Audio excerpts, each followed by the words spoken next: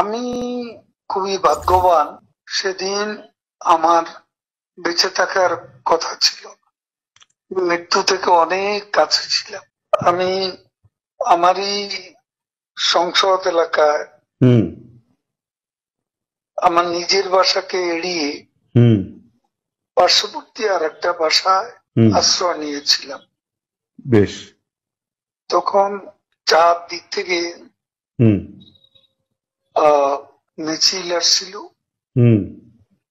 এবং এটা আসলে ছিল প্রধানমন্ত্রী গণভবন কেন্দ্রিক, এবং এটা আমরা অবাক হলাম যে সংসদ এলাকাতেও এটা ছড়িয়ে পড়ে এবং একটা লুটপাটের যে লুম্পেন স্টাইলের কতগুলো ঘটনা ঘটে এবং সেখানে বিভিন্ন ধরনের লোক আসে এবং এদের মধ্যে বেশিরভাগই মনে হয়েছে এটা কোন রাজনৈতিক অভ্যুত্থান, এটা লুটপাটের অভ্যুত্থান। ওয়ালটন আবারও মিলিনিয়ার অফারে ওয়ালটন ফ্রিজ কিনে আপনিও হয়ে যেতে পারেন মিলিয়নিয়ার। মিলিনিয়ার ছড়াছড়ি দেশ জুড়ে, এটা শুধু ওয়ালটনই পারে।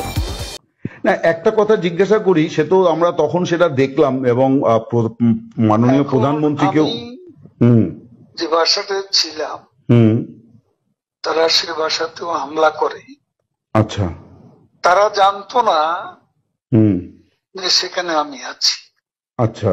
আমার বাসা তারা লুটপাট করেছে, কিন্তু যে বাসায় আমি গিয়ে আশ্রয় নিলাম সেখানে তারা হামলা করবে এটা আমি ভাবতে, কিন্তু সেখানেও দেখলাম যে অনেক লোকজন ঢুকে পড়ে এবং তারা ভাঙচুর লুটপাট করতে থাকে। আমি আমার স্ত্রী সহ আমরা বাথরুমে ঢুকিয়ে যাই, অনেকক্ষণ ছিলাম, প্রায় 5 ঘন্টা। তারপর একটা পর্যায়ে এরা তো ওই বাথরুমের ভিতর সেখানেও কমোড, বেসিন এগুলো তো লুটপাট করেছে সব জায়গায়। সেগুলোর লোভে প্রথমত তাদেরকে আমার ওয়াইফ সেই বাথরুমের মুখে দাঁড়িয়ে বারবার বলছিল যে আমি অসুস্থ, এ কথা বলে তাদের ফিরিয়ে দিচ্ছে। তো একটা পর্যায়ে তারা এই বাথরুমে যেগুলো আছে সেগুলো লুট করার জন্য জোরপূর্বক প্রবেশের হুমকি দেয়। তো সে সময় আমার ওয়াইফ জিজ্ঞেস করে যে কি করবো, খুলে দাও যা হবে। তারপরে 7-8 জন ছেলে ঢুকলো, তার খুবই আক্রমণাত্মক দৃষ্টিভঙ্গি মনোভঙ্গি নিয়ে। তখন হঠাৎ তারা আমার দিকে তাকায়, আমার দিকে তাকিয়ে আপনি নেত্রী চলে গেল, আপনি জাননি কেন? আমি কিছু বলছিলাম। তারপর এই ছেলেদের মধ্যে কি ভাবের উদয় হয়েছে জানি না, তারা আমাকে বলে আপনার ছবি তুলবো। তারপর আমার ছবি তুলতে শুরু করলো, সেলফি নিচ্ছিল, ছবি তুলছিল। এরা ছাত্ররা অনেকে আমাকে চেনতো, কি কারণে তারা তখন আক্রমণাত্মক যে মনোভাবটা ছিল সেটা নিয়ে এসে শীতল হয়ে গেল। তারা ঠান্ডা মাজাজে তখন কথা বলছিল। আচ্ছা।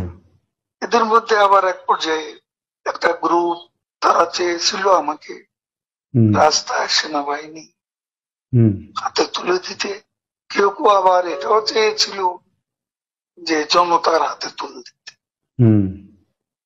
এটা অবশ্যই তখন একটা মানসিক ভাবে ভেতরে ভেতরে ভেঙে পড়েছিলাম। এরপর এরা এদের একটা শার্ট, এদের ওই ব্যাজ, লাল পতাকা শোভিত ব্যাজ লাগিয়ে আবার কালো একটা মুখে একটা মাস্ক দিয়ে আমাকে হাঁটতে হাঁটতে সংসদ এলাকা থেকে বড় রাস্তা গণভবন অভিমুখী হুম। রাস্তা ওখানে নিয়ে যায়। আচ্ছা। ওখানে নিয়ে হঠাৎ করে কোত্থেকে একটা একটা ট্যাক্সি আসে, হুম। একটা ইজি বাইক, হুম। সেটা খালি ছিল, হুম। ওখানে কোনো গাড়ি ঘোড়া কিছু ছিল না। হুম। ওটা হঠাৎ করে কেন যেন এসে পড়ল। হুম। হয়তো আমার ভাগ্য। এরা দুজনে আমাকে নিয়ে, আমার ওয়াইফকে নিয়ে ওটাতে উঠলো আর বলতে লাগলো, ওতে তো অসংখ্য মানুষ, হুম। চেক আপ সব জায়গায়। এরা বলতে লাগলো যে আমাদের চাচা চাচি অসুস্থ, হুম। হাসপাতালে নিচ্ছি, হুম। ডিস্টার্ব করবে না। হুম। এই করে করে নিয়ে গেল একটা অনেক দূরে একটা জায়গা। তো এটা হলো, ভাবতেও পারেনি ওরা যখন বাথরুমে ঢুকলো যে বেঁচে হুম। থাকে। হুম। সে